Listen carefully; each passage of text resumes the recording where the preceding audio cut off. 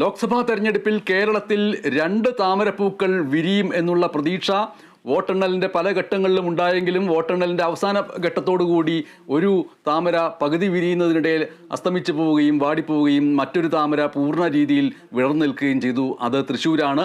ലോക്സഭാ തെരഞ്ഞെടുപ്പിൽ കേരളത്തിൽ ആദ്യ അക്കൗണ്ട് തുറന്നിരിക്കുന്നത് BJP തൃശ്ശൂരിലൂടെയാണ്.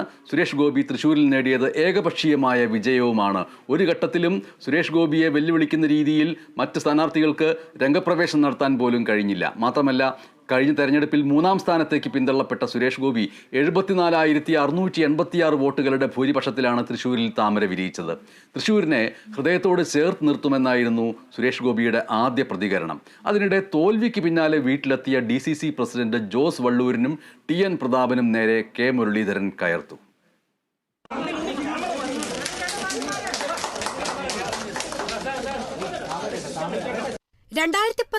തോൽവി അറിഞ്ഞിട്ടും പിന്മാറാതെ 5 വർഷം കാത്തിരുന്ന് നടത്തിയ പ്രവർത്തനമാണ് സുരേഷ് ഗോപിയെ മിന്നുന്ന വിജയത്തിലെത്തിച്ചത്. തൃശൂരിൽ വീടെടുത്ത് താമസിച്ചായിരുന്നു പ്രവർത്തനം മുന്നോട്ട് കൊണ്ടുപോയത്. കോഫി വിത്ത് SG എന്ന പേരിൽ വീട്ടമ്മമാരെയും സാധാരണക്കാരെയും തൊഴിലാളികളെയും ലക്ഷ്യമിട്ട് നടത്തിയ വികസന ചർച്ചകൾ, കുടുംബയോഗങ്ങളിലും കോർണർ മീറ്റിംഗുകളിലും ശ്രദ്ധയൂന്നിയ പ്രചാരണം, ഇതൊക്കെയായിരുന്നു സുരേഷ് ഗോപിയുടെ പ്രവർത്തന ശൈലി. ത്രികോണ മത്സരച്ചൂട് പ്രകടിപ്പിച്ച മണ്ഡലത്തിൽ ഒടുവിൽ ഏകപക്ഷീയമായിരുന്നു സുരേഷ് ഗോപിയുടെ വിജയം. 2019 2,93,822 വോട്ടുകൾ നേടിയ സുരേഷ് ഗോപി 4,12,338 വോട്ടുയർത്തി. 7 നിയമസഭാ മണ്ഡലങ്ങളിൽ ഗുരുവായൂർ ഒഴികെ 6 ഒന്നാമതെത്തി. ഇടതുപക്ഷ MLAമാർ മാത്രമുള്ള മണ്ഡലത്തിൽ ഒരു റൗണ്ടിൽ പോലും സുരേഷ് ഗോപിക്ക് കാലിടറിയില്ല. കോൺഗ്രസിന്റെ പരമ്പരാഗത കോട്ടകളിലും ഇടതുശക്തി കേന്ദ്രങ്ങളിലും കടന്നുകയറിയായിരുന്നു സുരേഷ് ഗോപിയുടെ മുന്നേറ്റം.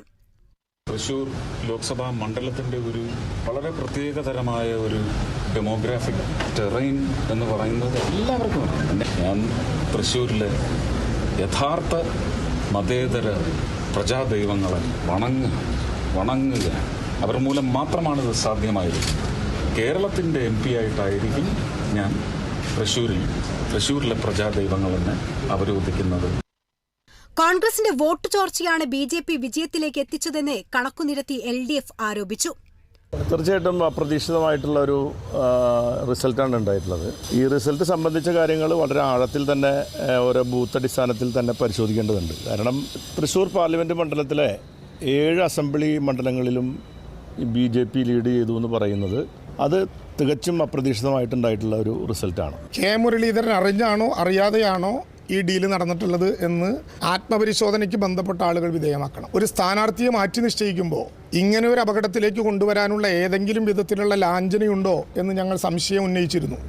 അതിനിടെ K മുരളീധരന്റെ തോൽവിക്ക് പിന്നാലെ വീട്ടിലെത്തിയ DCC പ്രസിഡന്റ് ജോസ് വള്ളൂരിനും TN പ്രതാപനും നേരെ K മുരളീധരൻ കയർത്തു. കോൺഗ്രസ് ശക്തി കേന്ദ്രമായ ഒല്ലൂർ ഉൾപ്പെടെ 6 മണ്ഡലങ്ങളിലും പിന്തള്ളപ്പെട്ടത് തെരഞ്ഞെടുപ്പ് പ്രവർത്തനങ്ങളിൽ നേതൃത്വത്തിന് വന്ന വീഴ്ചയാണെന്ന് ചൂണ്ടിക്കാട്ടിയാണ് K മുരളീധരൻ കയർത്തത്. Kerala vision news, Thrissur.